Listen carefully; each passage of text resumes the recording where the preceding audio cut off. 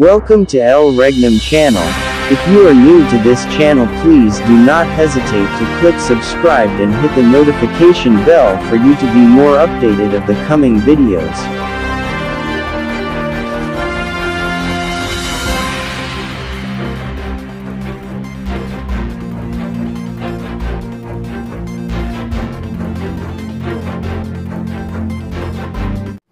Mga kapatid, ganap na ang 2,000 taon na sukat ng panahon sa pagbabalik ni Kristo sa sanglibutan. At tayo'y nakapasok na sa 1,000 taon na si Kristo ay maghahari kasama ng kanyang mga bayan. Para masubaybayan natin ang buong katotohanan na buo ang programa ng The Kingdom of God sa palatuntunang Consumatum est, na ang ibig sabihin ay natapos na ang lahat. Sabihin ko sa inyo na Consumatum est, sapagkat natapos na ang mga gawain ng Diyos. Sa pagkatapos ng 2,000 taon ni Kristo, na ito rin ay pagkatapos ng 6,000 taon mula nang nagkasala si Adam. Sa 6,000 taon ay natapos ng Diyos ang kanyang gawang ginawa. At sa 7,000 taon siya ay nagpahinga. Gayon din sa pangalawang sanglinggo ay natapos na ang 6,000 taon at tayo'y narito na sa 7,000 taon na kapahingahan ng Diyos. Dahil dito, kinakailangan sa mga tao ang paghahanda para mabago ang sarili nang sa gayoy hindi na may balik ang nangyari ni Adam na habang nagpahinga ang Diyos, si Adam ay nagkasala noong unang panahon. Ngayon ay naitatag na ang kaharian ng Diyos na handang papasukan ng mga taong nakasumpong ng katwiran ng Diyos. So mapagpalang oras sa ating lahat, buong Pilipinas, maging sa buong daigdig. Muli na naman po, live po tayo sa The Kingdom of God sa palatuntunang Consumatum est. Dito po sa Region 2, Province of Quirino, Region 2 Official. Dito po sa bayan ng Madela, Barangay Poblacion Sur. So sa gabing ito, muli na naman po nating pag-uusapan ang tungkol sa kaharian ng Diyos. So bago po kami magpatuloy, ay nais ko munang magbigay-pugay at humingi ng gabay ng aming mahal na dakilang guro, ang amin pong Supreme Founder of the Kingdom of God, His Majesty, Supreme King Philemon Ondok Reyambonanza. At ganun din po sa amin pong mahal na Pangulo, ang amin pong lubos na paggalang sa amin pong mahal na Pangulo, na walang iba po ang amin pong mahal na Prinsipe Rocky Y. Reyambonanza, na siya po ang aming President ng The Royal Alpha Omega Ring Trading Corporation. At the same time, President of the Kingdom of God. No? At ganun din po sa mga 5 spiritual mothers na kasalukuyan po, nandun po sila ngayon sa Purok New Jerusalem, doon po sa Bayang Banal. No? Doon sa Purok New Jerusalem, Rizal Shrine, Talisay, Dapitan City. At ganun din po sa kapatid ng aming mahal na prinsipe, walang iba po, ang amin pong Haring Adolfo B. Reyambonanza. So the royal family. So mapagpalang oras po diyan, mahal na hari, mahal na prinsipe sa royal family of the Reyambonanza. Pagpalang oras po at magandang gabi. At ganun din po, na bumabati po kami sa lahat ng mga 12 tribo ni Jacob or 12 tribes hanggang sa 12 apostoles na kinabibilangan po ng aming regional director dito po sa region to. Walang iba po, kundi ang aming Haring Edgar Palor Ligotom. Kasama po ang kanyang reyna, walang iba, Reyna Rospadillo Ligotom. At ganun din sa isa po nating board of director dyan sa Region 9 na wala ring tigil sa pagsubaybay sa programa po dito sa region to. No? Walang iba po kundi si Haring Felix Proseso. So magpalang oras dyan po, Hari. Hanggang sa lahat ng mga 70 prophets buong Pilipinas sa loob po ng kaharian ng Diyos na kinabibilangan ng ating kapatid na si Haring Roel Agustin. So mapagpalang oras dyan, Haring Roel. At ganoon din sa lahat ng mga 70 prophets, no? Sa lahat ng mga municipal leaders, barangay, down to Purok. Hanggang sa ating mga kapatid na nasa ibang bansa na pinangunahan po ng ating kapatid, Reyna Shirley Del Rosario, na nandun po ngayon sa UK, no? Sa bansang London. So, pagpalang oras dyan, Reyna. At ganun din sa isa pa nating prinsesa na nandun po sa bansang Kuwait. Walang iba kundi si Prinsesa Claribel Baltasar. So, pagpalang oras dyan, Prinsesa Claribel. At ganun sa kapatid natin dyan sa iba't ibang lugar dito sa bansang Pilipinas. Dyan po sa Isabela, no? Santiago, Isabela. Yan po sa Barangay Nagasikan na pinangunahan ni Haring Ramil Tadya, Haring Redentor Domingo, Reyna Marites Saldivar at Reyna Gloria de Leon at Haring Gino Tolentino. Ganon din sa ating Reyna Luz Biminda Gutierrez at Prinsipe J.V. Sales. At ganon din sa ating kapatid dyan sa Malanit Jones. Walang iba kundi si Haring Roger Pagumpana. Sa buo niyang pamilya, ganon din sa kanyang anak na nandun sa Negros. Walang iba kundi si Haring Reggie Pagumpana. Kasama ang kanyang reyna ngayon, Reyna Jel Pagumpana. Hanggang sa mga kapatid natin dyan sa Cabarugis, walang iba kundi si Reyna Marina Ansibe at si Reyna Rosalia Tuginayo. So, pagpalang oras dyan, mga reyna. At sa ating mga kapatid dyan sa Nagtipunan, sa Digaw family, na pinangunahan ng ating Haring Raul Digaw. At ganoon din sa kanyang prinsipe, Prince Fernando Digaw, sa buo niyang pamilya. No? At ganoon din kay Haring Reno Villegas.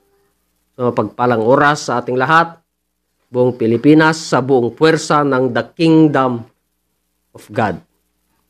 So, muli, live po ulit po tayo dito sa bayan ng Mandela para na naman po pag-usapan natin ang tungkol sa kaharian ng Diyos. Na wala po kaming tigil o sawa na isigaw na maski paulit-ulit po nating binabanggit yung mga bagay na talagang pinaka-importante na siyang magbibigay ng tamang direksyon para sa programa ng Diyos. Para sa gayon, yung kaharian ng Diyos ay lubos po nating maunawahan na hindi yung haka-haka na sinasabi na ang kaharian ng Diyos nandun sa taas, yung iba nasa puso. Yung subalit, sa katuruan ng aming mahal na dakilang guro, mahal na Haring Filimon Ondok Reambonanza, ang kaharian ng Diyos ay ibinigay sa isang bansang nagkakabunga. No? Kaya amin pong patutunayan muli sa ating lahat, no, na ang kaharian ng Diyos na tinutukoy na siyang bansang nagkakabunga ay itong bansa nating Pilipinas. Yan po muli ang aming patutunayan sa inyo ayon sa mga salita ng Diyos na ginamit ang mga talinhagang salita. Kaya sa gabing ito, kasama ko po ang ating mga kapatid na pinangunahan ng ating kapatid na Galing pa yan po sa Luzon, dito pa rin sa bayan ng Mandela, no? Na walang iba kundi si Haring Nicomedes Rapio. At ganun din ang kapatid natin, masugid na kasama ko po dito. Walang iba ang aking pinsan, Haring Gerson del Rosario. At ako naman po ang inyong kapatid, Haring Robel Baltasar. So sa gabing ito, pakinggan po natin ang tatalakayin ng ating kapatid tungkol sa kaharian ng Diyos na dito sa bansang Pilipinas ang siyang pinagbigyan ng Diyos na maging kaharian sa daigdig. Walang iba, ang ating kapatid, Haring Gerson del Rosario.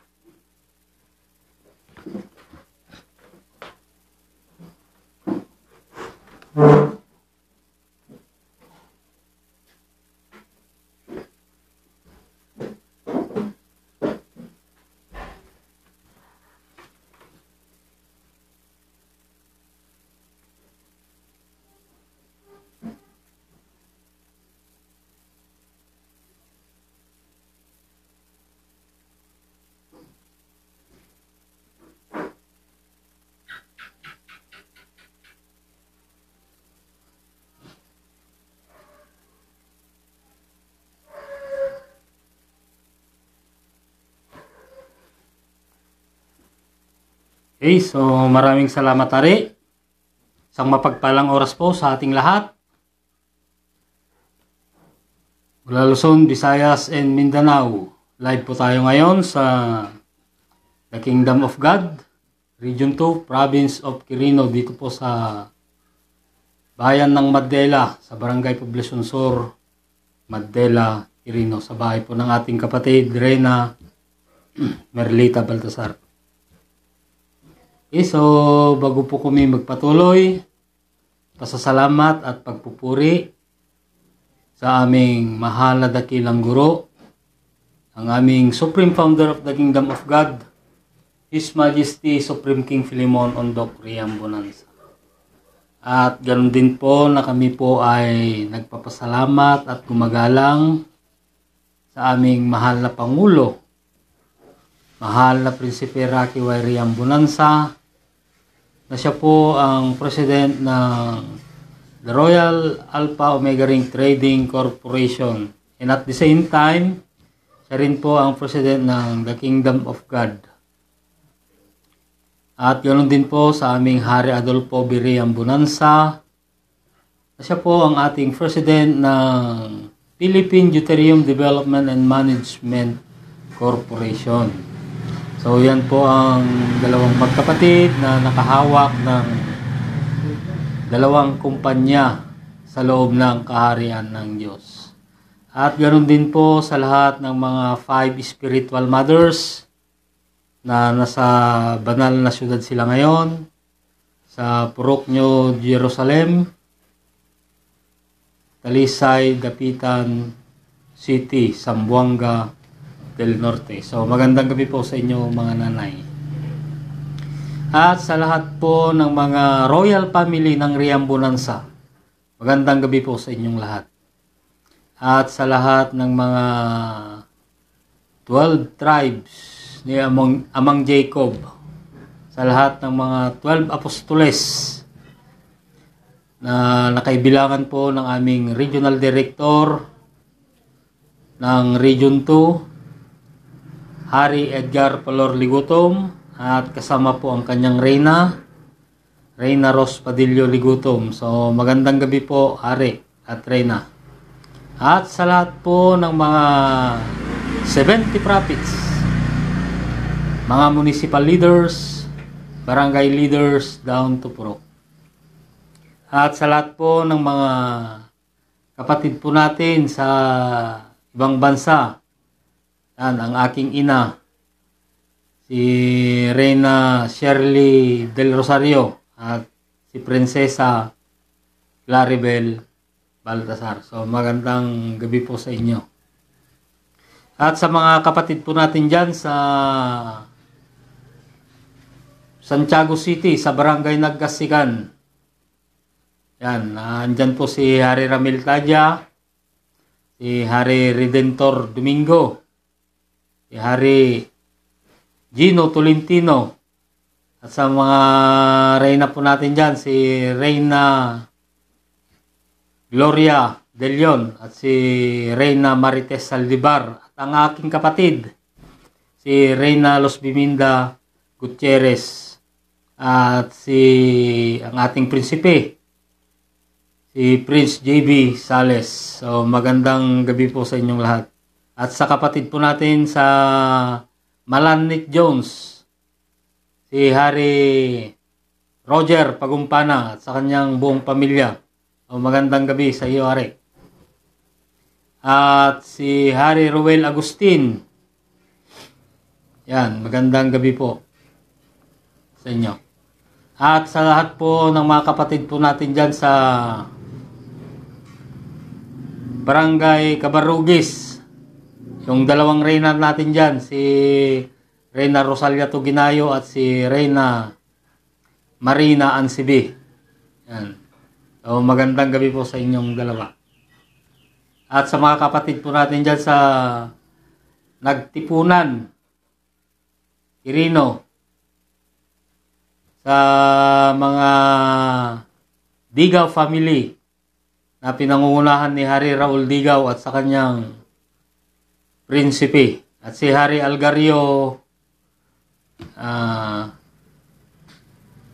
Biligas. Yan.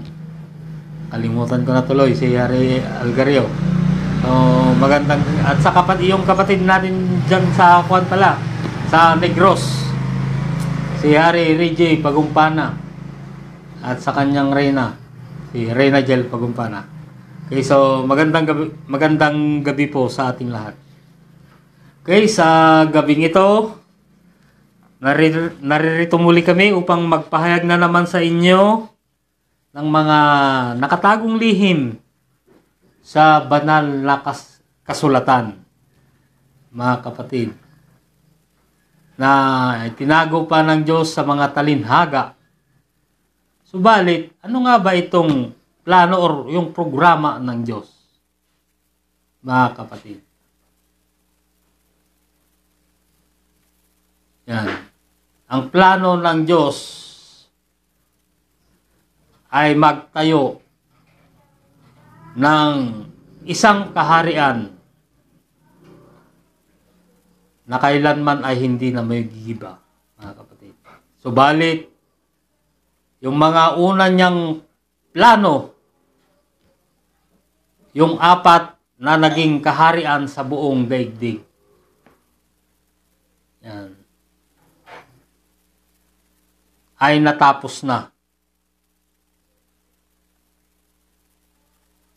Ang una, ang bansang Babylonia, yan ang unang naging kaharian sa daigdig, mga kapatid. Na naghari po dyan si King Nabucodonosor. Nung natapos si King Nabucodonosor, ang bansang Medo-Persia, yan ang sumunod na naghari sa buong daigdig. Na ang hari po dyan si King Cyrus the Great. At ang pangatlo, ang bansang Greece,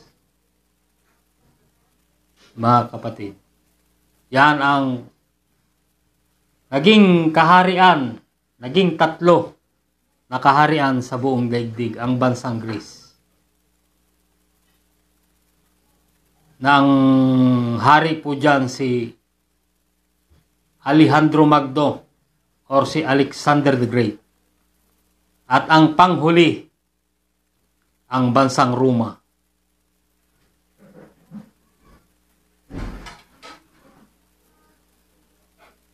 Ang bansang Roma ang panghuli, mga kapatid.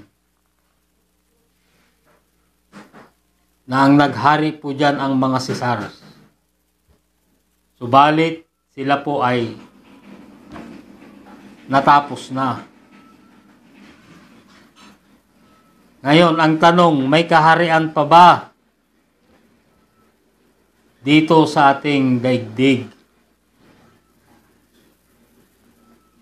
Or magpapatuloy po ba yung plano ng Diyos? So, wala nang kaharian. Mga kapatid, wala na. Meron, pero doon lang sa Saudi, yung Kingdom of Saudi Arabia. Hindi man pang kaharian sa daigdig yun, doon lang sa Saudi yun.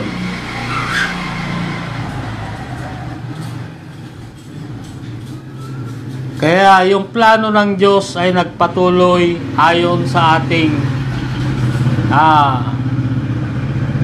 Diyos na pinili o kanyang pinasukan na may laman at may katawan. Sino? Ang ating Panginoong Hesukristo. Yan ang nagpatuloy.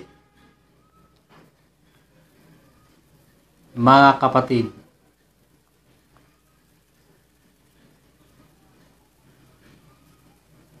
ayon sa banal na kasulatan sa Lucas 4:43, basare. So ganito po ang mabasa ayon po sa banal na kasulatan.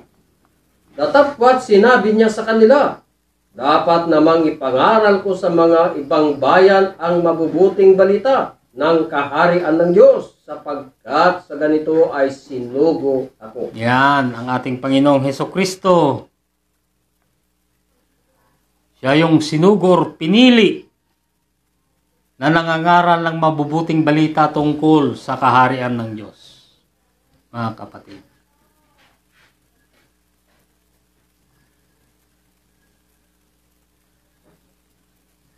Siya ang nangaral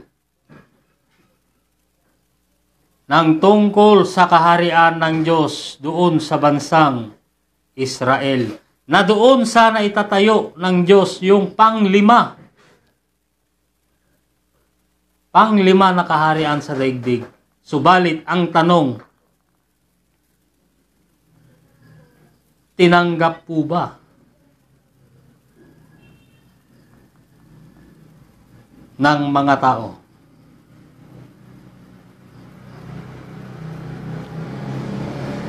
So, hindi po siya tinanggap. Mga kapatid, nandito sana sa bansang Israel,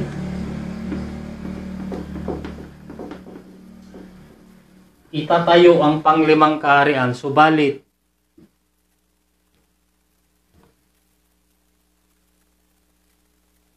anong sinabi ng Diyos ayon sa banal na kasulatan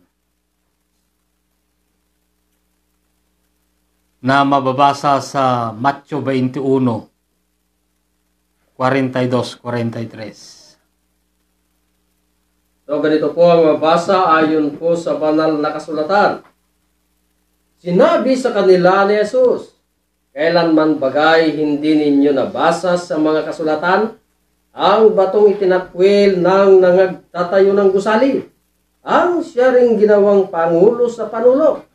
Ito'y mula sa Panginoon at ito'y kagilagilala sa harap ng ating mga mata. Yan. Sa 43, kaya nga sinasabi ko sa inyo, aalisin sa inyo ang kaharian ng Diyos at ibibigay sa isang bansang nagkakabunga. Yan. Maliwanag po siguro ang ating narinig.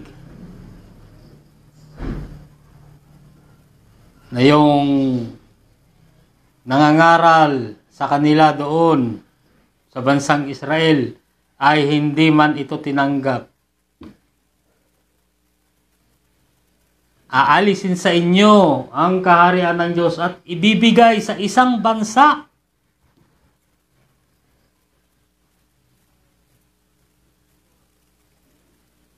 Bansa ang tinukoy ng Diyos, mga kapatid.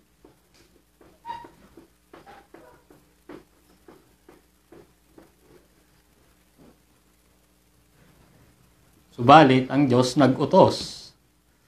Ayon sa Matthew 6:33. Anong utos ng Diyos, Hari? So ganito po ang mabasa ayon po sa banal na kasulatan. Datapwat hanapin muna ninyo ang kanyang kaharian Yan.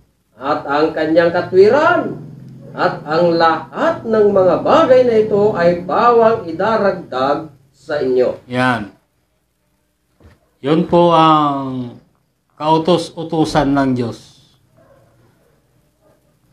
Nang sabi, hanapin muna ninyo ang kanyang kaharian. Diba? At ang kanyang katwiran. At ang lahat ng mga bagay na ito ay pawang idaragdag sa inyo. Mga kapatid.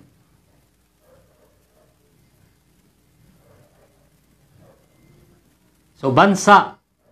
Bibigay sa isang bansa nga nagkakabunga. Bansa ang tinukoy ng Diyos, so wala po dyan sa taas. Wala po dyan yung kaharian ng Diyos. Kung ating iisipin, mga kapatid, palagay na lang natin na 300 nation. Yan.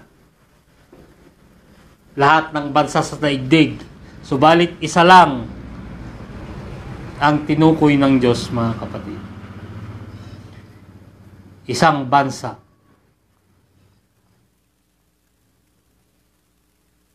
Kaya sa gabing ito,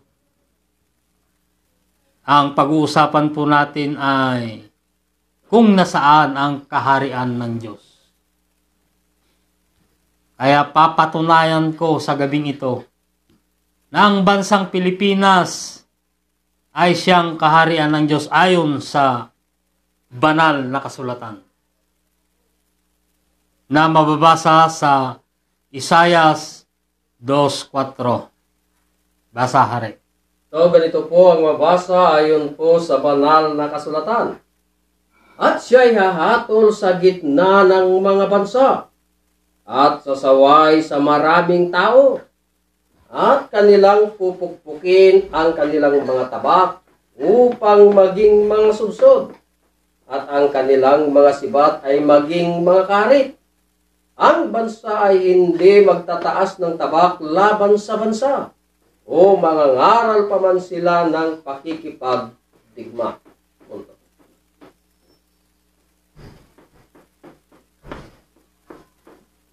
Yan. Ang nabasa sa banal na kasulatan, ang tabak, sudsod, sibat, at karit. Yan po ay talinhagang salita sa banal na kasulatan. Kung nasaan ang kaharian ng Diyos, mga kapatid. Sapagkat yung kaharian ng Diyos inalis sa bansang Israel at ibinigay sa isang bansa nga nagkakabunga. Sa panahon kung saan ang taon ay ating balikan ang taong 1935. Ang tanong, sino ang naging presidente po natin dyan sa taong 1935? So walang iba ang ating Pangulong Manuel Quezon. Yan ang president sa taong 1935. Si Pangulong si Manuel Quezon ay nagtatag ng batas sa saligang pambansa. Mga kapatid.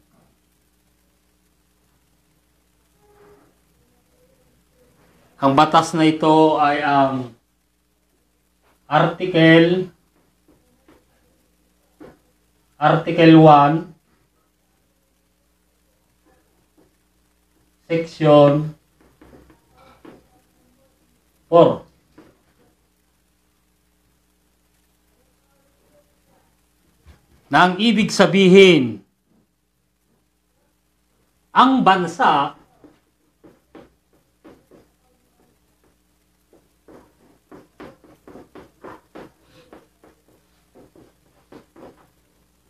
ay hindi laban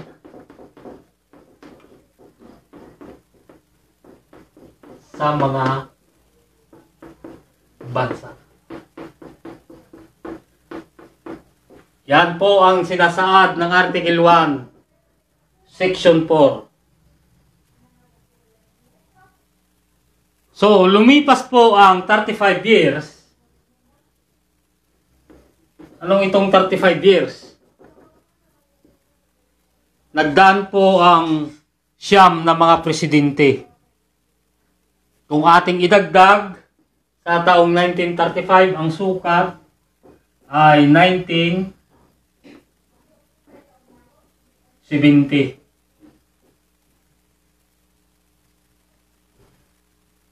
Sa taong 1970, sino po ang naging president po natin dyan? So, walang iba ang ating dating Pangulong Ferdinand Marcos.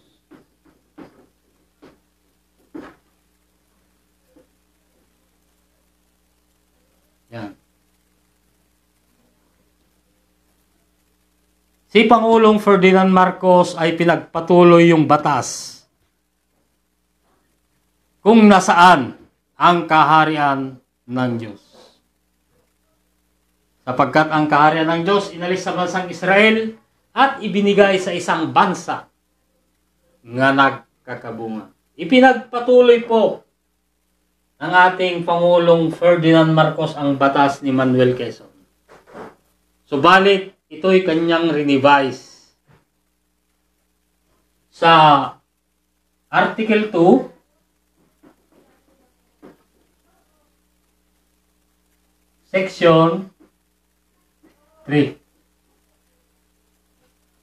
Nang ibig sabihin, ang bansa ay hindi laban sa mga bansa, mga kapatid. So, lumipas po ang 2 taon. Kung ating idagdag sa taong 1970, 1972.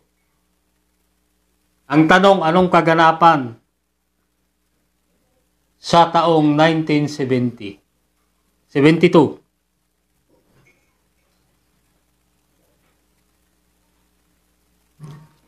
Ang naganap po dyan ay martial law. Mga kapatid. Na ipinakumpiska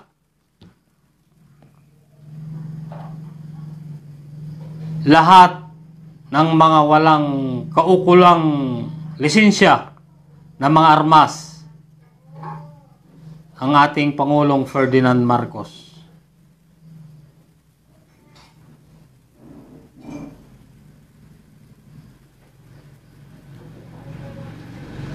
Na kanya sanang ipapatapon sa gitna ng dagat, subalit nakita ng ating ginang First Lady Imelda Marcos na ang mga armas na yaon ay pawang makikinang at pawang matitibay na ipinabalik ito sa tunawan ng bakal upang matupad ang hula sa banal na kasulatan na ang tabak maging sudsod, ang sibat ay magiging karit. Mga kapatid, upang ang mga armas na yon ay kagamitan ng ating mga magsasaka, yung mga sudsod at mga karit, mga kapatid, na magpasanggang ngayon ay ginagamit pa rin ng ating mga magsasaka. Na ginagamit ito sa bukid. Yan.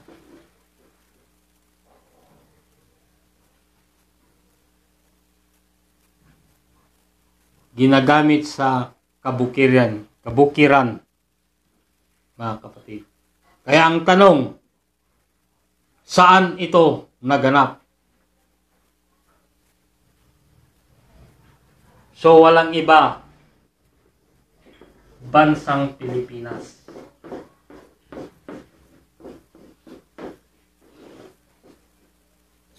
Nasaan ang kaharian ng Diyos? So hindi po ako mahihiya or matatakot na sabihin sa inyo na ang bansang Pilipinas ay siyang kaharian ng Diyos. Ito yung tinutukoy ng Diyos ng bansang nagkakabunga, mga kapatid. Sa taong 1523. Yan. Bakit nagkabunga ang bansang Pilipinas? Sapagkat marami ang nananampalataya o naniniwala na si Kristo ay tunay na Diyos, mga kapatid.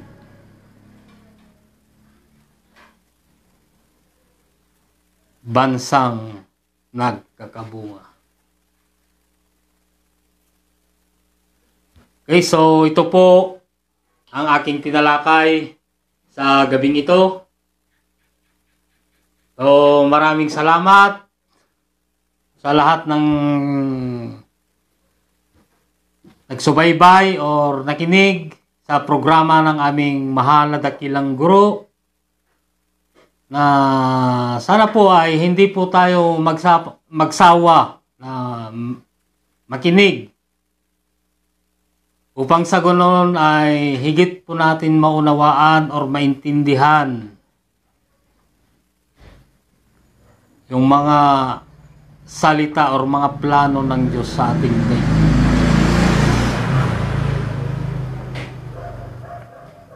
Sapagkat ito ang utos ng Diyos na ayon sa banal na kasulatan sa San Mateo 24:14. Basa. So, ganito po ang mabasa ayon po sa banal na kasulatan. At ipangangaral ang ebanghelyong ito ng kaharian sa buong sanglibutan. Yan. Sa pagpapatotoo sa lahat ng mga bansa. At kung magkagayoy darating ang wakas. Yan, mga kapatid. Hindi lang dito sa bansang Pilipinas namin pinapatunayan, may pinapangaral, kundi maging sa buong daigdig. Mga kapatid, ipangaral ang ebanghelyong ito ng kaharian ng Diyos. Nang sa gayoy darating ang wakas, hindi kawakasan ng daigdig Anong wawakasin ng Diyos? Unang-una yung kahirapan. Marami ang wawakasin ng Diyos, mga kapatid. Bansang Pilipinas. Ito na yung panglima na itatayo ng Diyos, so wala na po yung kasunod. Panglima doon sana sa bansang Israel, subalit inayawan man ng mga tao. Kaya mapalad ang bansang Pilipinas, mga kapatid. Okay, so maraming salamat at higit sa lahat ako'y nagpapasalamat sa aming mahal na dakilang guro, ang aming Supreme Founder of the Kingdom of God, His Majesty Supreme King Philemon Ondok Riambunanza, at sa aming mahal na Pangulo, mahal na Prinsipe Rocky Y. Riambunanza, at sa aming Regional Director ng Region 2, Hari Edgar Palor Ligutom, kasama po ang kanyang Reyna Rose Padillo Ligutom. at sa Regional Director ng Region 9 na laging nanonood at sumusubaybay po sa atin, Harry Felix Proceso. Maraming salamat. Ako po ang inyong lingkod, Harry Gerson del Rosario. Maraming salamat at magandang gabi po sa ating lahat. At sumunod po na magtalakay, isa po nating kapatid, so walang iba, Hari Nicomedes Rapio. Are.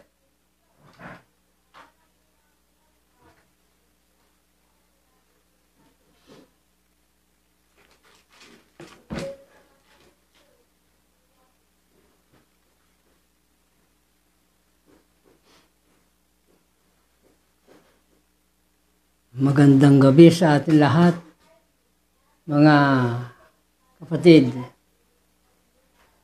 Bago sa lahat ay nais ko munang magbibigay pugay sa atin mahal na dakilang guro, Supreme Founder of the Kingdom of God, His Majesty, Supreme King Philemon Ondok Riam Bonanza. The 5 spiritual mothers, 12 tribes, 12 apostoles na kinabibilangan ng regional director dito sa Region 2, Haring Edgar Palor Ligutong, at sa atin Reyna Ros Padillo Ligutong, sa atin mahal na Prinsipe Rocky Wairiam Bonanza, na siyang presidente ng The Royal Alpha Omega Ring Trading Corporation. Sa atin mahal na Pangulo Haring Adolfo Biriam Bonanza, na siyang presidente ng Deuterium Development and Management Corporation. Ang tatalakayin ko ngayon gabi ay kung nasaan ang kaharian ng Diyos na inalis sa bansang Israel at ibinigay dito sa isang bansang nagkakabunga. Ngayon, patutunayan ko sa inyo na ang bansang Pilipinas ay siyang kaharian ng Diyos. Ayon sa banal na kasulatan na mababasa sa Isaias 2:8. So, ganito ang sinasabi. Ang kanila namang lupain ay puno ng mga Diyos-Diyosan. Kanilang sinasamba ng gawa ng kanilang sariling mga kamay, na ginawa ng kanilang sariling mga daliri. Ang lupain ito ni Jacob ay puno ng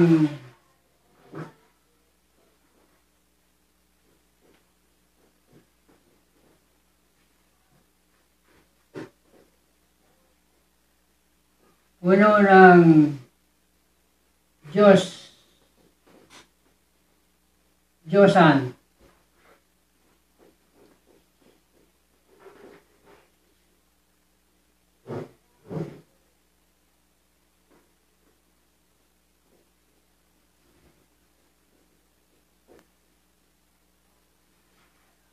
Ang lupain nito ay may mga muhon. Bawat sulok may mga muhon.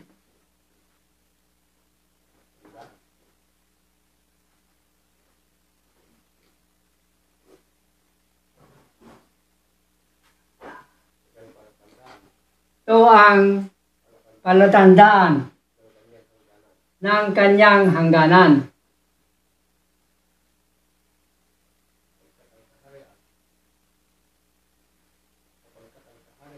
Sapagkat ang kaharian ay inalis sa bansang Israel at ibinigay ito sa isang bansang nagkakabunga na puno ng Diyos-Diyosan. Ang tanong, saan ito makikita na mula pare hanggang hulo ay puno ng Diyos-Diyosan? Ang tanong, nasaan ang kaharian ng Diyos?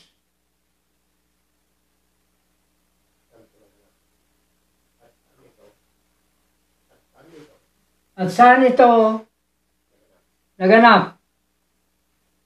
Mula pare hanggang hulo na puno ng Diyos-Diyosan.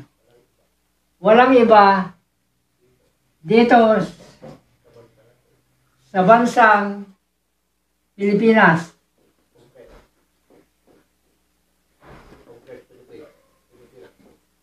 Bansang Pilipinas.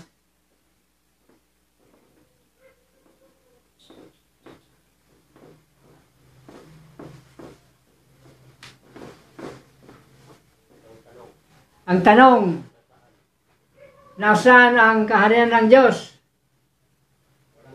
Walang iba dito sa bansang Pilipinas.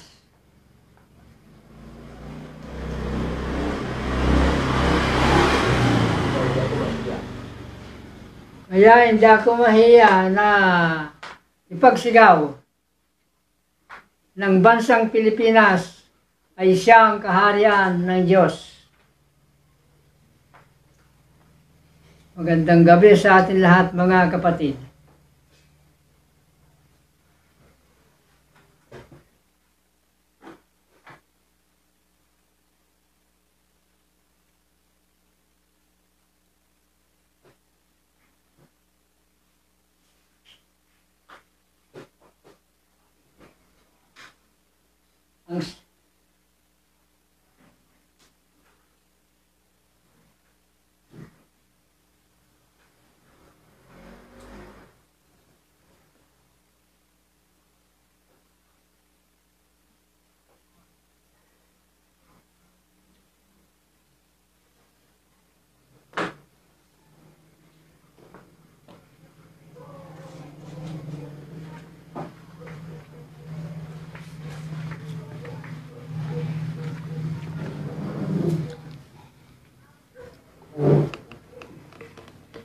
Okay, so maraming salamat po mga hari.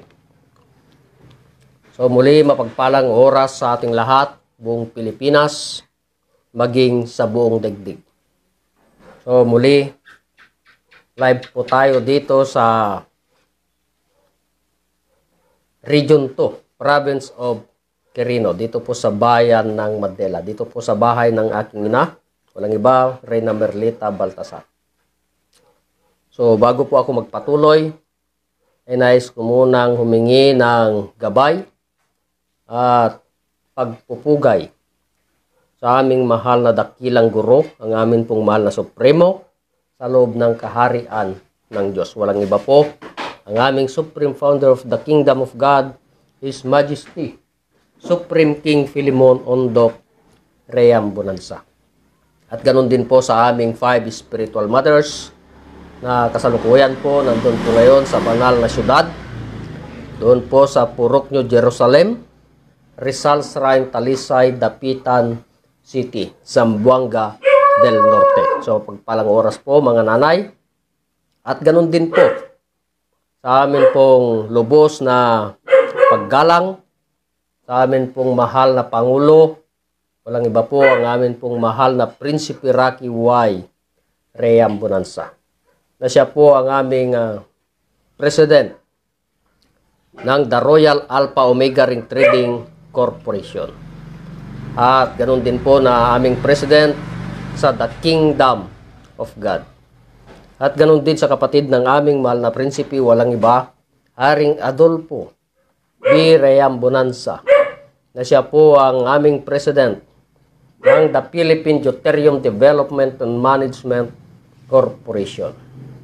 At ganun din po sa lahat ng mga 12 tribes sa loob ng kaharian ng Diyos. Hanggang sa mga 12 apostoles mula Region 1 hanggang Region 12 na kinabibilangan po ng aming regional director dito po sa Region 2. Walang iba po ang amin pong Haring Edgar Palor Ligutom.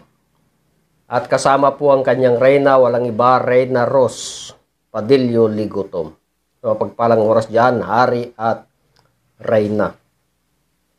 At ganon din sa ating Haring Felix Proseso na siyang Regional Director sa Region 9. Mapagpalang oras, hari. At sa lahat ng mga 70 prophets na kinabibilangan ng ating kapatid, Haring Rowel Agustin. Pagpalang oras dyan, hari. Sa lahat ng mga 70 prophets. At ganoon din sa lahat ng mga municipal leaders, mga hari at mga reyna. Hanggang sa barangay down to purok. Sa lahat ng mga prinsipi at mga prinsesa. Saka mga kapatid natin na nasa ibang bansa na pinangunahan ng ating kapatid, Reyna Shirley del Rosario, na nandun po sa bansang London. At ganun din po sa isa pa nating prinsesa na walang iba, Prinsesa Claribel Baltasar, na nandun po sa bansang Kuwait. At ganun din po sa mga kapatid natin na nandyan sa Santiago City, Isabela, sa Barangay Nagasikan, na pinangunahan ni Haring Ramil Tadya, Redentor Domingo, si Haring Gino Tolentino, Reyna Marites Saldivar, Reyna Gloria de Leon, Reyna Luz Biminda Gutierrez, at si Prinsipe JB Sales sa buong niyang pamilya. Pagpalang oras dyan, friends. At ganun din sa kapatid natin sa Malanit Jones, si Haring Roger Pagumpana sa buong niyang pamilya at sa kanyang anak na nasa Negros. Walang iba, si Haring Reggie Pagumpana kasama ang kanyang Reyna Jel Pagumpana. At ganun din sa ating mga kapatid dyan sa Nagtipunan, Haring Raul Digaw sa buong niyang pamilya, no? Haring Reno Villegas, o pagpalang oras dyan, Haring Reno. At sa ating mga reyna dyan, si Rey sa Cabarrugues, Reyna Rosalia Toginayo at Reyna Marina Ansibi. Pagpalang oras dyan, mga reyna. Sa buong puwersa ng The Kingdom of God, mapagpalang oras sa ating lahat. At ganun din po sa aming pasasalamat sa lubos na sumusubaybay at panunood sa ating Facebook Live dito sa Province of Quirino, dito po sa bayan ng Madela, Region 2. No? Sa walang tigil na pagsubaybay sa atin, na panunood at pakikinig tungkol sa plano ng Diyos dito sa daigdig. Kasi ang plano ng Diyos ay pangbuong daigdig. Hindi lang sa isang bansa, kundi sa lahat ng mga bansa, kako buong daigdig. Na ang pag-uusapan po natin ngayon ay walang iba po kundi ang tungkol sa kaharian ng Diyos. Sapagkat ang kaharian ng Diyos, yan ay plano ng Diyos ayon sa nakasulat sa banal na kasulatan.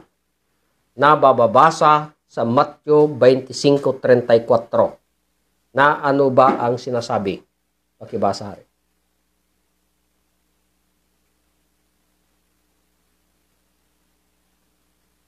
So, ganito po ang sinasabi. Kung magkagayoy sasabihin ng hari sa nga sa kanyang kanan, magsiparito kayo, mga pinagpala ng aking ama. Manahin ninyo ang kahariang nakahanda sa inyo, buhat ng itatag ang sanglibutan. Yan. So, napakalinaw po ang sinabi ng Diyos. So, yan po ang sentro ng ating pag-uusapan sa gabing ito. Bagaman, alamin po natin kung ano baga yung mga lihim ng Diyos para makamit at makamtan natin yung pangako ng Diyos mula pa nang itatag ang sanglibutan. Na kanyang ipamamana ang kanyang kaharian sa kanyang mga nasakanan. Subalit, mayroon pang mga ginamit ang Diyos na naging kaharian sa daigdig. No? Na ang unang-una na naging kaharian sa daigdig ay ang bansang Babylon. Sa paghahari ni King Nabucodonosor. Subalit natapos na yung unang kaharian. Ang pangalawang kaharian na muli na ginamit ng Diyos na kaharian sa daigdig ay ang bansang Medo-Persia. Sa paghahari ni Cyrus the Great. Subalit natapos na rin ito. No? Kaya mayroong pangatlo na naging kaharian sa daigdig. Na ang pangatlong kaharian sa daigdig ay ang bansang Greece or Gracia. Sa paghahari ni Cyrus the Great or Alejandro Magno. Para malaman natin yung plano ng Diyos na kanyang ipamamana doon sa kanyang mga nasakanan, ang kanyang kaharian. Nung natapos ang pangatlong kaharian, mayroon pang pang-apat na naging kaharian sa daigdig. Ang pang-apat na naging kaharian sa daigdig ay ang bansang Rome sa paghahari ng mga Cesar. No? Ngunit natapos ito sa taong 476 AD, Annum Domini, or after death. Nawala ang kaharian sa daigdig. Subalit ang tanong ko po sa ating lahat, patuloy pa ba o magtuloy pa ba yung plano ng Diyos ayon sa pagtatag ng sanglibutan na kanyang ipamamana ang kanyang kaharian doon sa kanyang mga nasakanan? Ang tanong ko lang, kung magtuloy pa ba yung pangako ng Diyos, mga kapatid. Magtuloy pa rin, mga kapatid, sapagkat ang pangako ng Diyos ay hindi ito mawawala. No? Sapagkat nakasulat na mula pa nang itatag ang sanglibutan. Ay meron talagang pinaghandaan ng Diyos. Subalit, sa apat na kaharian ay natapos na, mga kapatid. Kaya yung plano ng Diyos ay magtuloy ayon sa banal na kasulatan na mabasa sa Daniel 2:44. Pakibasahan. Ano baga ang sinabi ng Diyos ayon kay Daniel? So, ganito po ang sinasabi. At sa mga kaarawan ng mga haring yaon, ay maglalagay ng Diyos sa langit ng isang kaharian na hindi magigiba kailanman. O ang kapangyarihan man niya ay iiwan sa ibang bayan, kundi pagputol-putulin at lilipulin niya ang lahat ng kahariang ito, at yaoy lalagi magpakailanman. Yan. So, napakalinaw pa rin, mga kapatid, yung mga sinabi ng Diyos ayon sa sulat ni Daniel. Na ang Diyos sa langit ay magtayo ng isang kaharian na kailanman ay hindi na magigiba. Bakit? Kasi ang mga unang kaharian pa ng una ay natapos na. Wala na. Nagiba na, mga kapatid. Kaya yung pangako ng Diyos na magtatayo ng isang kaharian na kailanman ay hindi na magigiba, saan kaya itatayo ng Diyos? Alamin natin ang istorya ng Diyos sa daigdig. Sapagkat pumili ulit ang Diyos ng kanyang susuguhin para ibalita ang mabuting balita tungkol sa kaharian ng Diyos, no? Na ipatuloy pa rin yung plano ng Diyos para may pamana doon sa kanyang mga nasakanan. Na ang pinili ng Diyos na susuguhin para magtuloy ang itatayong kingdom of God ay walang iba, mga kapatid, kundi ang ating Panginoong Heso Kristo or Jesus Christ. Yan po ang pinili ng Diyos na siyang magdadala ng mabubuting balita tungkol sa kaharian ng Diyos. Saan idadala yung balita, mga kapatid? Sapagkat kung marinig natin ang salitang Kingdom of God, walang ibang tinutukoy kundi nandun sa taas. Yung iba naman nasa loob ng puso. Ngunit,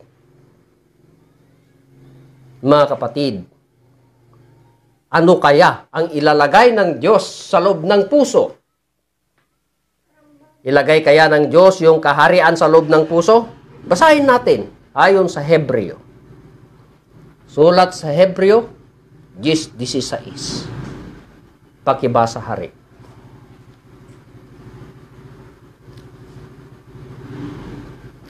Hebreo 10:16. Kung ano baga ang ilalagay ng Diyos sa loob ng puso at sa kaisipan ng tao. Alamin natin.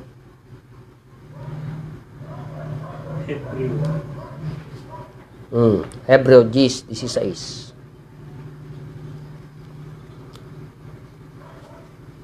Nung sinabi. So, ganito po ang sinabi. Ito ang tipang gagawin ko sa kanila pagkatapos ng mga araw na yaon.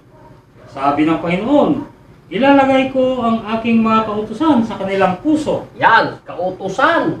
Yan, kaliwanag. At isusulat ko rin naman sa kanilang pag-iisip. Yan, ano yung kautusan na ilalagay sa kanilang puso? Yung katwiran ng Diyos. Mga kapatid, yan, kautusan ang ilalagay sa kanilang puso at sa kanilang pag-iisip. No? Anong ilalagay? Yung kautusan. Hindi yung kaharian. Kasya kaya doon sa puso yung kaharian ng Diyos? Hindi, no? Ha? Saan kaya yan idadala ng ating Panginoong Hesukristo ang mabuting balita tungkol sa kaharian ng Diyos? Sapagkat sinabi nga ng ating Panginoong Hesukristo ay sinugo. Saan kaya nasugo ang ating Panginoong Hesus at para doon ipangaral ang mabubuting balita tungkol sa kaharian ng Diyos? Mga kapatid, ayon sa banal na kasulatan na mabasa sa Lucas 8:1, no? Para malaman natin na ang kaharian ng Diyos ay wala dun sa taas, wala rin sa puso, kundi saan idadala ng Diyos yung mabubuting balita tungkol sa kaharian ng Diyos. Pakibasa hari. So, ganito po ang sinasabi. At nangyari pagkatapos ng kaunting panahon, na siya ay naglalakad sa mga bayan at mga nayon, na ipinangangaral at dinadala ang mabubuting balita ng kaharian ng Diyos. Yan. At kasama niya ang 12. Yan. Saan niya idadala? Doon sa mga bayan at mga nayon. Para ibalita ang ebanghelyo sa kaharian ng Diyos. Hindi doon sa taas eh. Wala namang bayan at mga nayon doon. No? Ngunit saan yung bayan at nayon na yan? Doon sa Jerusalem. Or doon sa bansang Israel. Yan. Doon ibinalita ng ating Panginoong Hesus ang mabuting balita tungkol sa kaharian ng Diyos. No? Kaya noong ibinalita ang mabuting balita tungkol sa kaharian ng Diyos, ang tanong mga kapatid, ang tanong lang kung pinaniwalaan ba ang ating Panginoong Hesus na siya sana ang maghari doon sa bansang Israel sapagkat ang titulo or yung katayuan ng ating Panginoong Hesus ay bilang hari or king. sapagkat ang dala ay kaharian ng Diyos. Kasi pagkaharian ay mayroong hari. Hindi pwedeng kaharian na walang hari. Kaya ang kingdom of God, ang hari dyan ay Diyos. Kaya ginamit ang ating Panginoong Hesus. Sinugo ng Diyos. Subalit, ang tanong, mga kapatid, tinanggap ba ang ating Panginoong Hesus doon sa bansang Israel? Walang naniwala. Ibig sabihin, hindi tinanggap ang ating Panginoong Hesus. Mga kapatid. Kaya sa galit ng Diyos, ng ating Panginoong Hesus, sinabi doon sa mga tao, mga kapatid, na anong sinabi? Ayon sa banal na kasulatan, Matthew 21, 42-43. Pakibasa rin.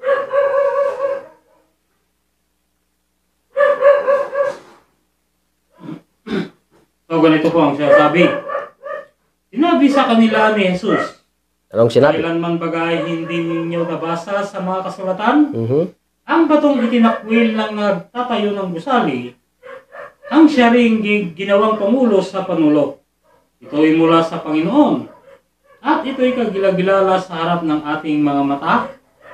Tuloy. Kaya nga sinasabi ko sa inyo, aalisin sa inyo ang kaharian ng Diyos at ibibigay sa isang bansang nagkakabunga. Yan, kaliwaliwanag ang sinabi ng ating Panginoong Hesus. Hindi nyo ba nabasa sa banal na kasulatan? Sinabi ng ating Panginoong Hesus, banal na kasulatan, na ang batong itinakwil ng nangagtatayo ng gusali ay siya ring ginawang pangulo sa panulok. Ito'y mula sa Panginoon at kagilagilala sa harap ng ating mga mata. Sino yung bato na yan, mga kapatid?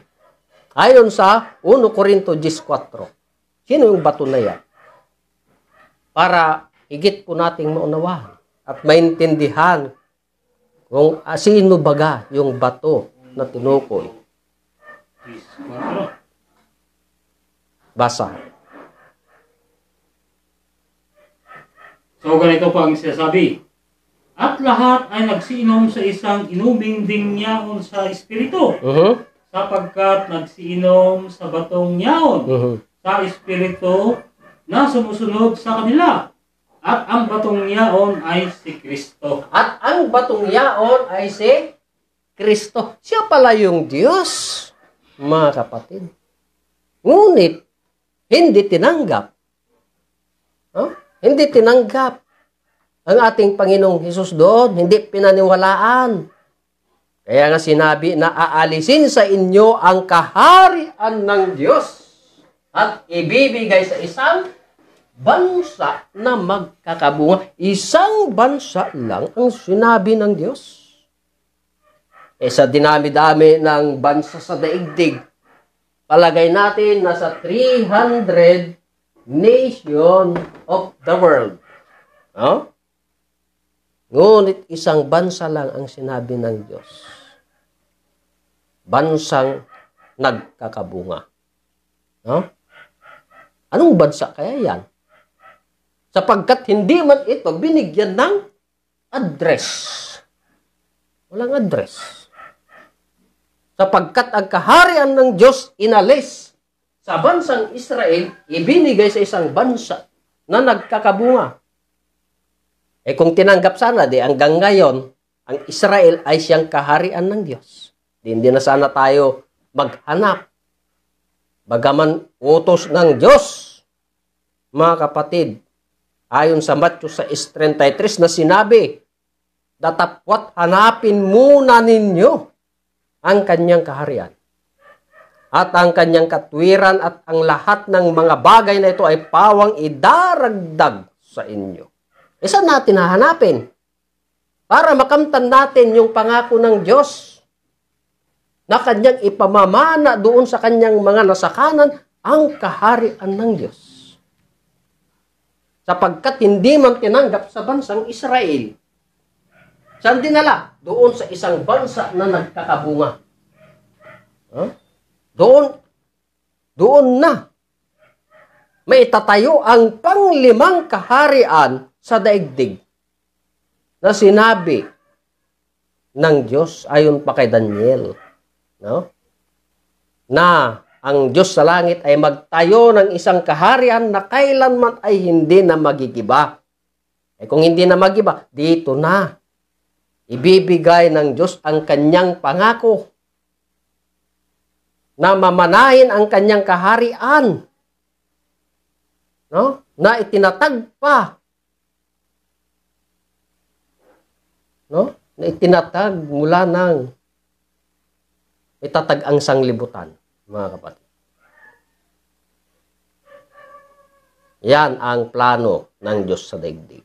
Ngunit saan ito magtuloy? Mga kapatid, yung plano ng Diyos para itayo yung isang kaharian na kailanman ay hindi na magigiba.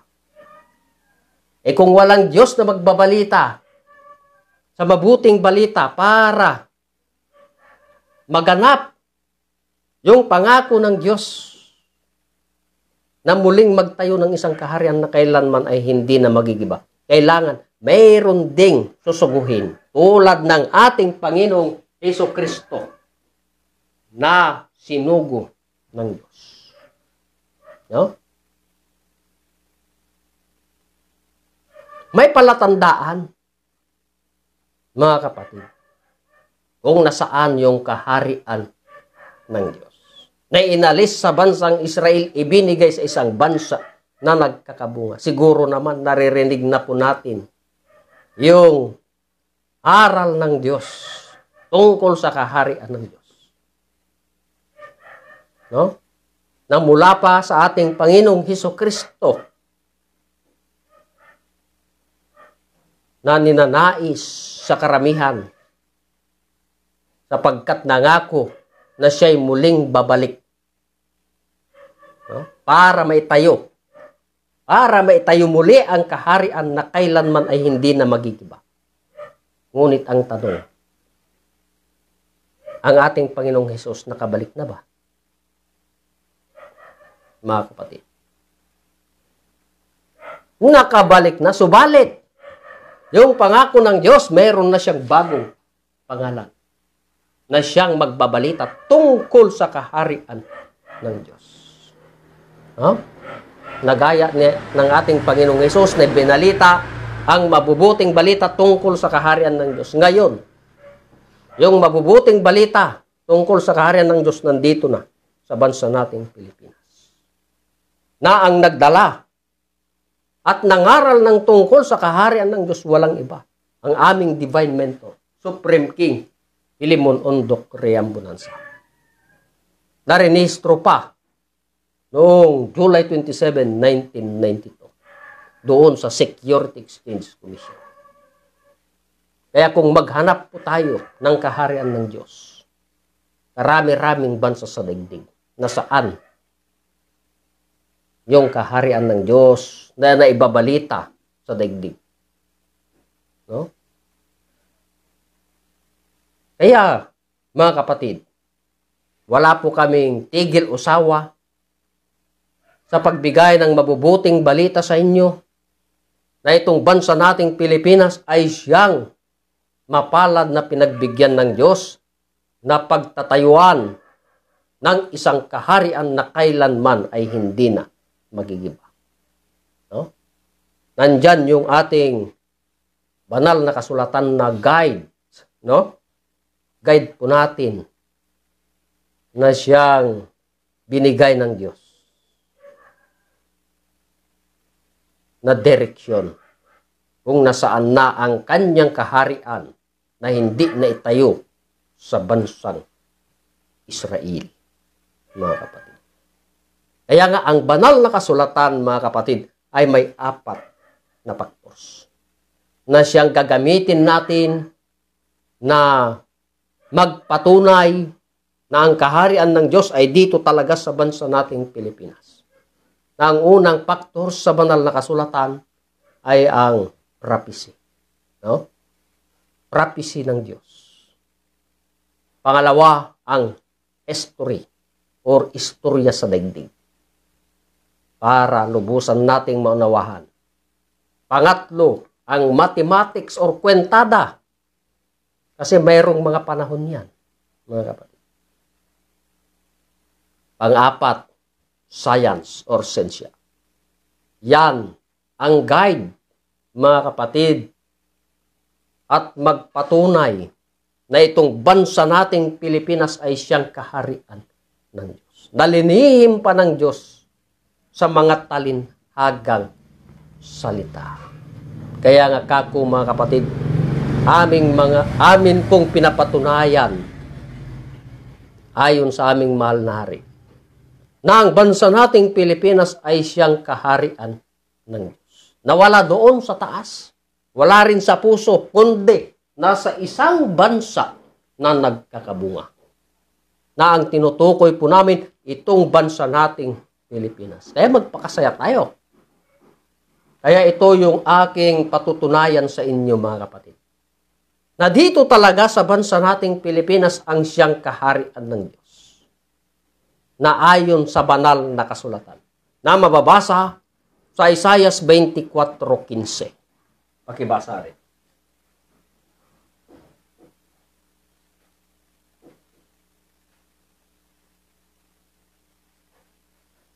Ganito po ang sinasabi. Kaya't luwalhatiin ninyo ang Panginoon sa silanganan. Sa makatuwid bagay ang pangalan ng Panginoon, ng Diyos ng Israel, sa mga pulo ng dagat. So yan po ang nabasa sa banal na kasulatan. Na sinabi, kaya nga't luwalhatiin ninyo. Sino? Yung Diyos ng Israel. Saan? Doon sa malayong silangan sa mga pulo ng dagat. Sapagkat ang kaharian inalis sa bansang Israel, ibinigay sa isang bansa na nagkakabunga. No? Yan po ay ginamit ng Diyos na talinhagang salita kung nasaan ang kaharian ng Diyos. Na maski walang address yung bansa na sinabi ng Diyos, pasalamat tayo, may location. Ayon sa nabasa, mga kapatid. Naluwalhatiin ninyo ang Panginoong Diyos ng Israel doon sa malayong silangan sa mga pulo ng dagat. Ano kaya ang nandun, mga kapatid? Ano kaya ang nandun sa malayong silangan na nasa mga pulo ng dagat?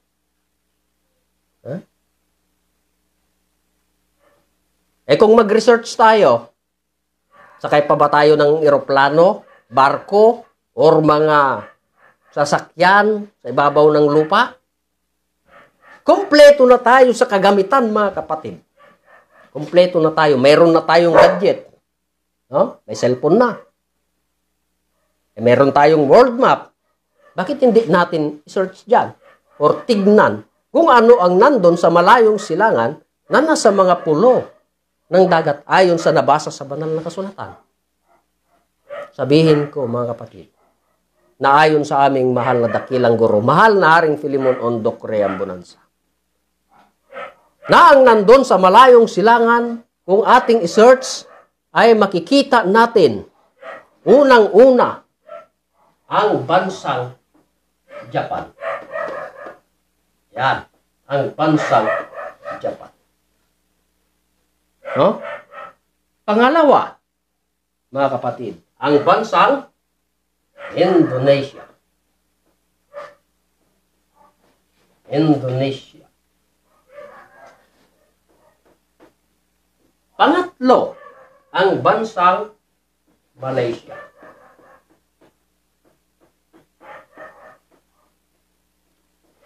At ang pang-apat ay ang bansa nating Pilipinas. Ito ang makikita doon sa malayong silangan na nasa mga pulo ng dagat. No? Na sinabi ng Diyos, luwalhatiin ninyo ang Panginoong Diyos ng Israel. Sino? Ang ating Panginoong Heso Kristo. No? Yan ang pinapaluwalhati ng Diyos. Na Diyos sa Israel. Na ang ating Panginoong Heso Kristo. Saan? Doon sa malayong silangan sa mga pulo ng dagat. No? Nakako ang makikita sa malayong silangan na nasa mga pulo ng dagat. Una, bansang Japan. No? Una, bansang Japan. Pangalawa, bansang Indonesia. Pangatlo, bansang Malaysia. Pang-apat, bansa nating Pilipinas. Sapagkat ang kaharian ng Diyos inalis sa bansang Israel, ibinigay sa isang bansa na magkakabunga. No? Yan ang ginamit ng Diyos na talinhagang salita, mga kapatid. Ngunit paano natin makikita, ayon sa hinula ng Diyos, na ang kaharian na ibinigay sa isang bansang nagkakabunga? Apat man na bansa ang ginamit ng Diyos o makikita doon sa malayong silangan na nasa mga pulo ng dagat. Paano natin yan kakalagin, mga kapatid? Kailangan kalagin po natin para maunawahan natin yung ibig sabihin ng Diyos na nandun sa malayong silangan. Sapagkat bansa man ang sinabi ng Diyos na kanyang pagbibigyan sa kanyang kaharian. Para maunawahan po natin itong apat na bansa, para lubos nating maintindihan na sila ang nandun sa malayong silangan na nasa mga pulo ng dagat. Basahin po natin ayon sa banal na kasulatan. Ayon sa 1 Korinto 9:24. No? Ayon sa 1 Korinto 9:24, pakibasa rin.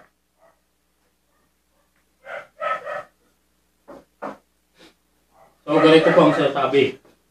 Hindi ba ninyo nalalaman ang mga nagsitakbo sa takbuhan ay tumatakbong lahat? Yan. Ngunit isa lamang ang tumatanggap ng gantimpala. Magsitakbo kayo nang sa gayon upang magsipagtamo kayo. Yan. So yun po ang nabasa sa banal na kasulatan. Kaya ang apat na bansang ito ay nagkaroon ng paligsahan. Para kung saan ay mayroong gantimpala na matatanggap. Halimbawa, pag nagsisitakbo kayo, mga kapatid, o nakikipagpaligsahan kayo, ilan yung magwawagi? Ha? Ilan? Isa lang. Isa lang yung tatanggap ng gantimpala. Kaya sa ginamit ng Diyos, na ayon sa talinhagang salita, ang makikita sa malayong silangan ay apat na bansa. Na sila naman ngayon yung magpapaligsahan para tatanggap ng gantimpala. Para magsipagtamo kayo, sabi ng Diyos. Sapagkat ang kaharian inalis sa bansang Israel, ibinigay sa isang bansa na nagkakabunga. Ano kaya yung mga paligsahan? Mga kapatid, gawa tayo ng ilustrasyon. No?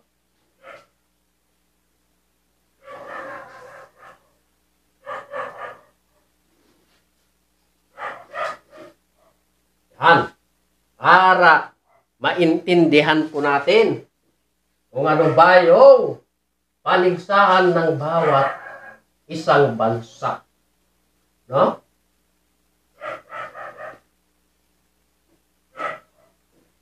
Ano yung paligsahan, mga kapatid? Sapagkat ang kaharian kako, inalis sa bansang Israel, ibinigay sa isang bansa na magkakabunga. Unang paligsahan ng apat na bansa. Ayon sa aming pagpapatunay na binigay ng aming mahal na dakilang guro, mahal na Haring Filemon on Doc Ream Bonanza. Na kung basahin po natin ayon sa Henesis 25:23 hanggang 26, no? Na ito yung discovery. No? Discovery. Discovery doon sa ginamit ng Diyos na dalawang bansa. Na ang ginamit diyan ay ang bansang Amerika at bansang Pilipinas. Mga kapatid. Na kailan yung discovery? Sa taong 1521. No? Discovery.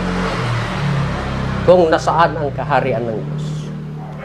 Kaya ang tanong mga kapatid, ang Japan po ba ay na-discovery sa taong 1521? Wala, no? Wala, hindi na-discovery. Mga kapatid.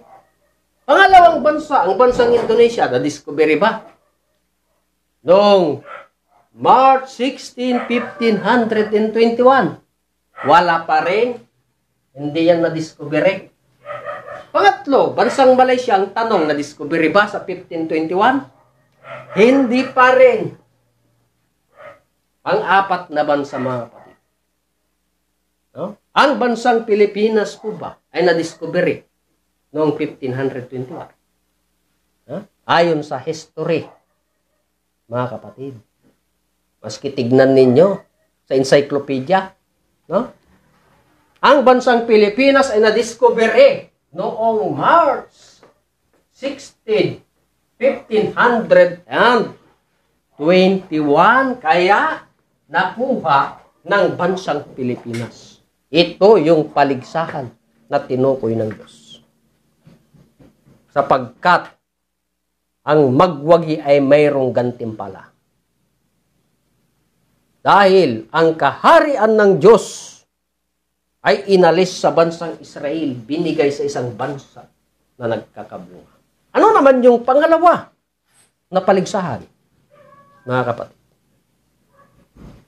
Ayon sa banal na kasulatan, nakasulat yan, mga kapatid, na ginamit lang ng Diyos ng mga talinhagang salita na mababasa sa Isaias 2:4, na kung saan, mga kapatid, sinabi ng Diyos, ang bansa ay hindi laban sa bansa.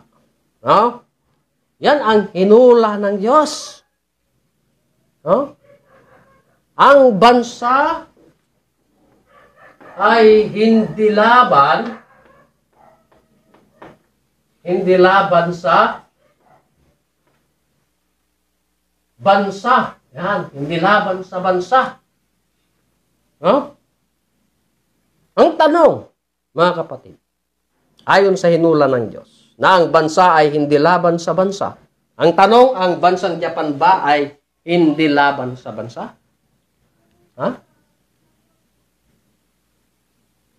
Tanong lang, kung ang Japan ba ay hindi laban sa bansa? Alalahanin ninyo, mga kapatid, inalipin nga ang mga tao sa bansang Pilipinas, ibig sabihin ay nakikipagdigma or nakikipaglaban ang bansang Japan laban sa bansa. Kaya hindi nakuha ng bansang Japan, no? Bansang Japan. Yan. Hindi nakuha. No? Hindi niya nakuha. Pangalawang bansa, ayon sa hinula ng Diyos, ang bansa hindi laban sa bansa. Ang tanong, ang bansang Indonesia ba ay hindi laban sa bansa? Ay, nako mga kapatid, ang bansang Indonesia ay nag-aaral ito sa pakikipagdigma. Kaya hindi nakuha. Pangatlong bansa, bansang Malaysia. Ang tanong, ang bansang Malaysia ba ay hindi laban sa bansa? Ay mahilig itong makipagdigma, mga kapatid. No? Kailangan meron tayong katibayan o pagpapatunay na ang bansa na yan ay hindi makikipagdigma. No? Ang tanong, ang pang-apat na bansa, ang bansang Pilipinas, nakikipagdigma ba laban sa bansa? Hindi, mga kapatid, hindi nakikidigma ang bansang Pilipinas ayon sa ating mga pangulo. Di ba? Na ginawan ito ng artikulo mula pa sa panahon ng ating Pangulong Manuel Quezon. sa taong 1935. Na ginawa Article 1 Section 4 na sinabi, ang bansang Pilipinas ay hindi laban sa bansa. Na kung saan pinagpatuloy pa nga ng ating dating Pangulong Ferdinand Marcos Sr. No? At revise yung artikulo. Ginawang Article 2 Section 3 na sinabi pa rin doon, ang bansang Pilipinas ay hindi laban sa bansa or hindi makikipagdigma laban sa bansa. Kaya nakuha ng bansang Pilipinas ayon sa hinula ng Diyos. Sapagkat ang kaharian ng Diyos inalis sa bansang Israel, ibinigay sa isang bansa na magkakabungo. Ano pa? Yung hinula ng Diyos na paligsahan. Ayon sa banal na kasulatan. Ang pangatlong paligsahan ng 4 na bansang ito, ayon sa Isaias 2:8, mga kapatid, na sinabi, ang lupain ay puno ng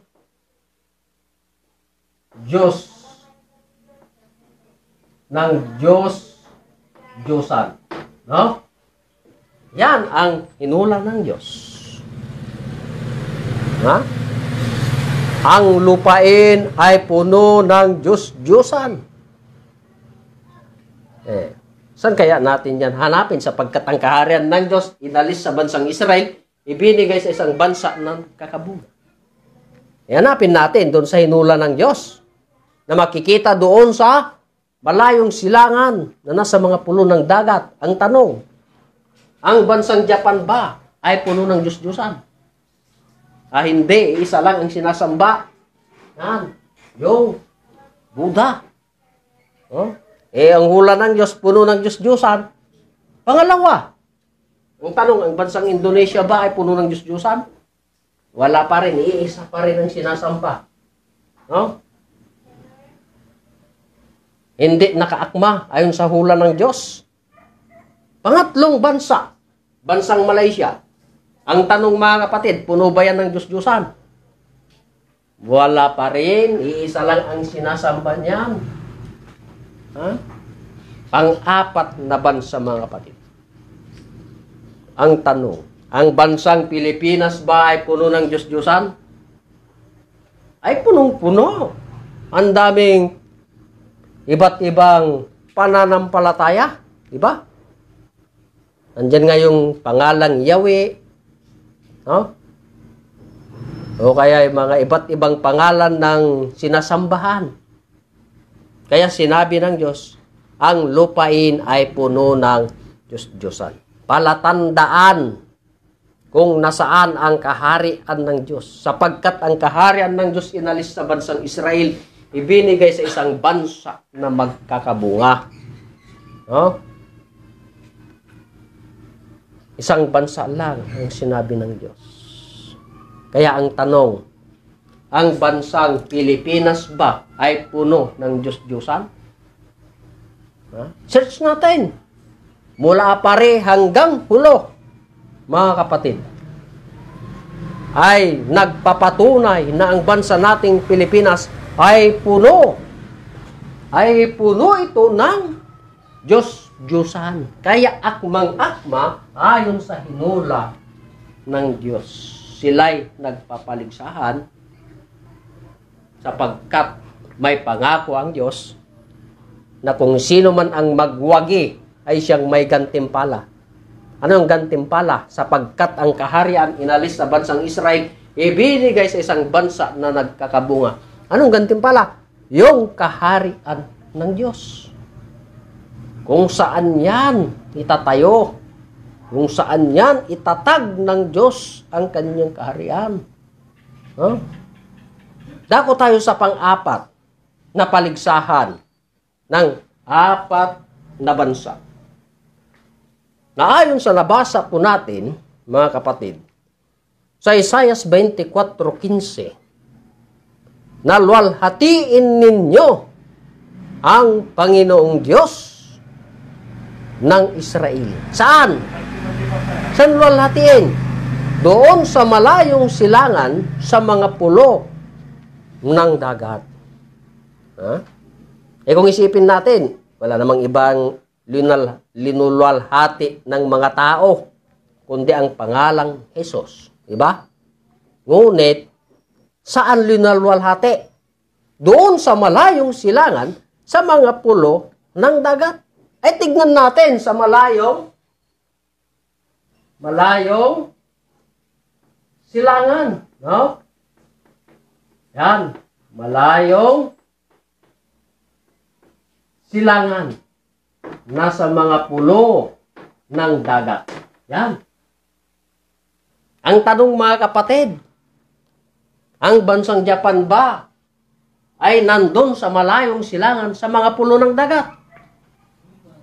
Ay nandun mga kapatid. Kaya nga, yung 4 na bansa, na hinula ng Diyos, ay tignan natin. Ang Japan ba ay nasa malayong silangan sa mga pulo ng dagat? Tunay. Yan. Kuhang-kuha ng bansang Japan. Pangalawa, ang bansang Indonesia. Nasa malayong silangan ba? Nasa mga pulo ng dagat? Unay, mga kapatid. Malaysia, ganun din. Pilipinas ay kasali. Kasi nga, nandun sa malayong silangan sa mga pulo ng dagat. Yan ang makikita. Sa malayong silangan, 4 na bansa. Kaya kuha nilang 4 na bansa. Yan ang paligsahan kung nasaan ang kaharian ng Diyos. Sapagkat ang kaharian ng Diyos inalis sa bansang Israel, ibinigay sa isang bansa na magkakabunga. No? Na nangako ang Diyos, magsitakbo kayong lahat. Nagsitakbo sila ayon sa hinula ng Diyos. No? Na kung sino ang magtagumpay ay siyang tatanggap ng gantimpala. No? Ano kaya yung gantimpala na matatanggap ng magtatagumpay? No? Yung magwagiba o mananalo sa takbuhan ng mga bansang ito.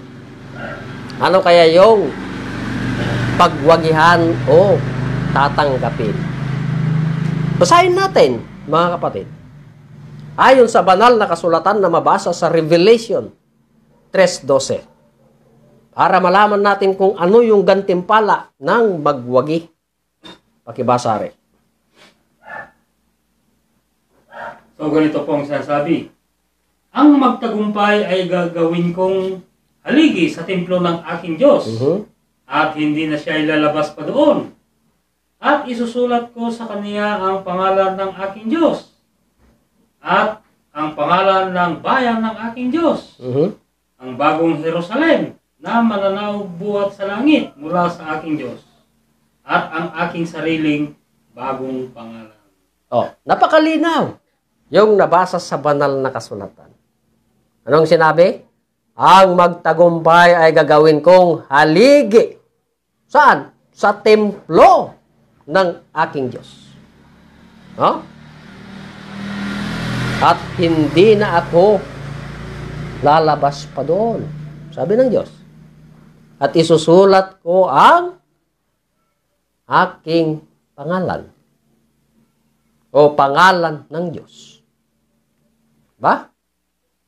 At ang bagong bayan ng aking Diyos. Ano kaya yung bagong bayan na sinabi ng Diyos? No? Hindi man lang isang bayan yan, kundi ang katumbas ng bayan na salita ng Diyos ay isang bansa. Yan. At ang bagong Jerusalem. Meron pa. Bagong Jerusalem. Yan. Jerusalem. Na mananaog buhat sa langit. Ano pa?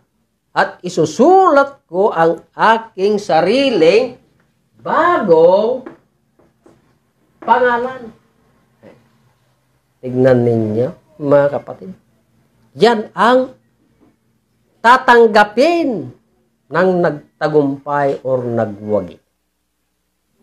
Ayon sa sinabi ng Diyos na magsitakbuhan silang lahat. Ngunit isa lang ang tatanggap ng gantimpala. Sino kaya ang tatanggap? Tignan natin yung nakuha ng bawat isa. O yung score ng mga nagsitakbuhang ito.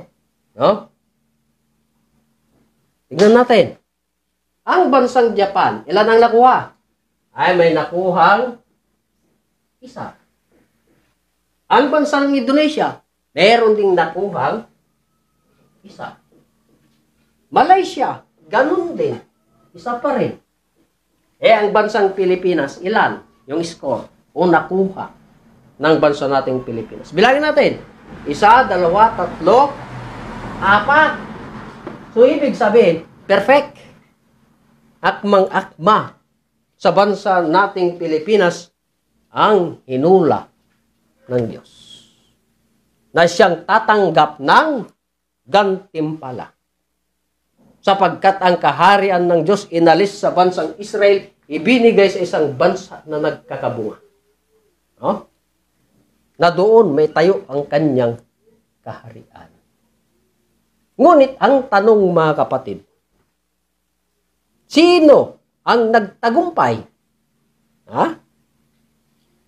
Ang Japan ba? Ang Indonesia ba? Bansang Malaysia ba? O bansang Pilipinas? Kitang-kita natin sa ebidensya. Walang ibang nagtagumpay kundi ang bansa nating Pilipinas. No? Na siyang tatanggap ng gantimpala. Sinabi ng Diyos, ang bayan ng Diyos. At bagong Jerusalem. Meron ng bago. Hindi mo naman matawag na bagong Jerusalem kung walang lumang Jerusalem, di ba ka? Nasaan yung lumang Jerusalem? Doon sa bansang Israel sapagkat ang kapital ng Israel ay Jerusalem. Ngunit, naging lumang Jerusalem. Bakit? Wala na. Wala na ang Diyos sa Jerusalem o sa bansang Israel. No? Umalis na. Bakit? Pinako sa krus No? Kaya nga nagpaluwalhati ang Diyos sa malayong silangan sa mga pulo ng dagat.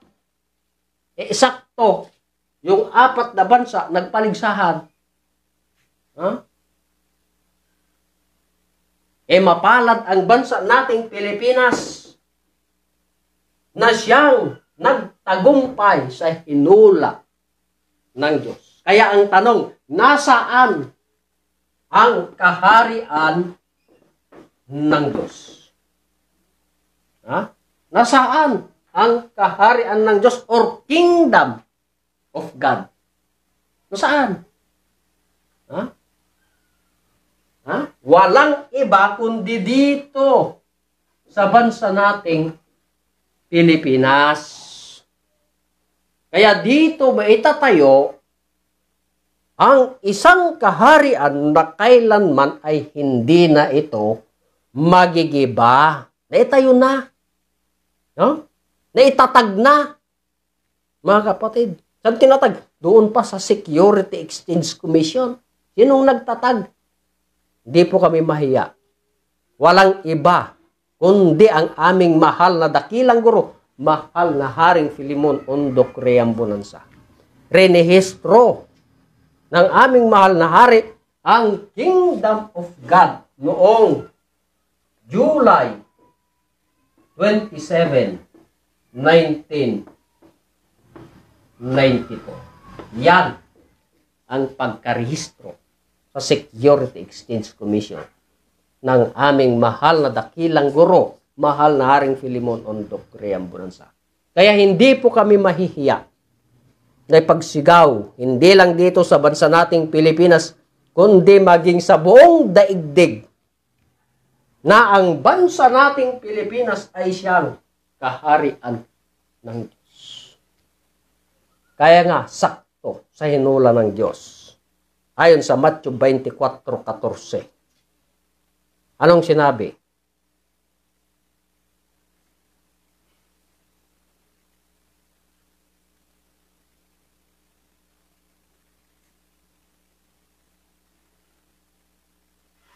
So, ganito po ang sinasabi. At ipinapangaral ang ebanghelyong ito ng kaharian sa buong sanglibutan sa pagpapatotoo sa lahat ng mga bansa. At kung magkagayoy, darating ang wakas. Yan ang sinabi ng Diyos. Anong ginagawa natin ngayon? Alam naman na punta ka pa doon sa ibang bansa para ipangaral. Kumpleto naman na tayo ngayon. Kumpleto na sa gadget. Na maski sa ang sulok ng daigdig ay nakikita tayo na ay pinapangaral natin ang kaharian ng Diyos. No? Hindi lang bansang Pilipinas kundi sa buong sanglibutan. Sanglibutan na ang sinabi ng sakto. Saan na ipapahayag? Dito na, sa bansa nating Pilipinas. Maging sa buong daigdig na. Naririnig na ng mga tao. Kaya kung naririnig po natin yung plano ng Diyos na naipapangaral na ang kaharian ng Diyos sa sanglibutan, may utos ang Diyos ayon sa Gawa 14:22. Okay, basa rin.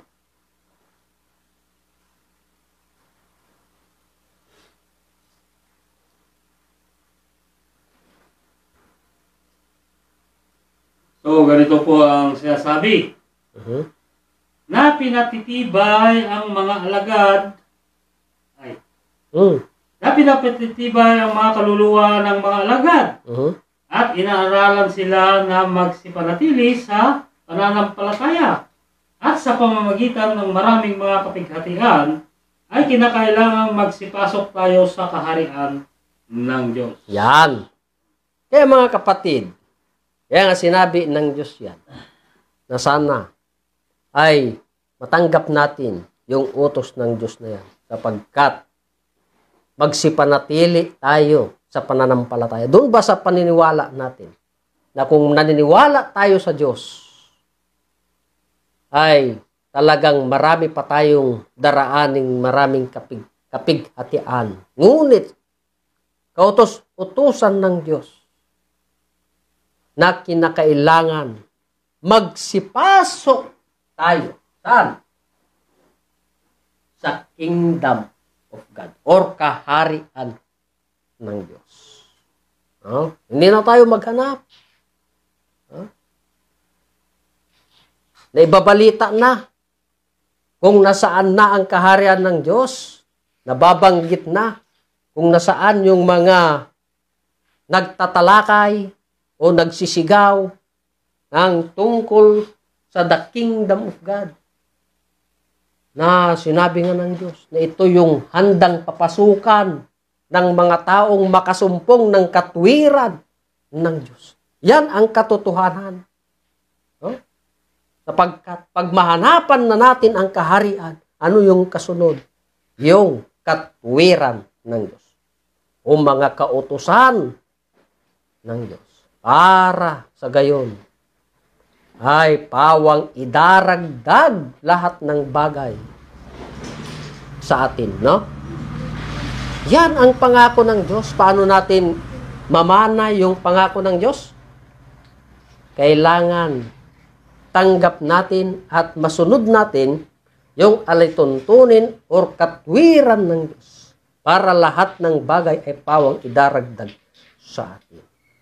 Sapagkat mula pa nang itatag kako ang sanglibutan, mga kapatid, ay hinanda na ng Diyos doon sa kanyang mga nasakanan na manahin ang kaharian buhat pa nang itatag ang sanglibutan.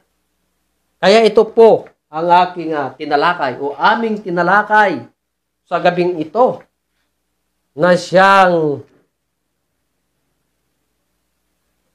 binigay ng aming mahal na dakilang guro para maisigaw na itong bansa nating Pilipinas ay siyang kaharian ng Diyos. No? Kaya, nulit ko mga kapatid, kami po'y nagpapasalamat sa inyo lahat ng mga sumubaybay sa programa ng The Kingdom of God sa palatuntunang Consumatomes. So bago po ako magpaalam, ay nais ko munang magpasalamat ayon po sa aming mahal na dakilang guro, mahal na Haring Filimon Ondok Reambonanza. At ganun din po sa aming pasasalamat at lubos na paggalang sa aming mahal na Pangulo, ang amin pong mahal na Prinsipe Rocky Y. Reambonanza. At ganun din po sa aming Regional Director dito sa Region 2. Walang iba po ang aming Haring Edgar Palor Ligutom. Kasama po ang kanyang Reyna, walang iba, Reyna Ros Padillo Ligutom. Sa lahat na nang nagsubaybay dito sa programa ng The Kingdom of God sa palatuntunang Consumatomes, sa buong puwersa ng The Kingdom of God. So, maraming salamat at mabuhay tayong lahat. So, bago po ako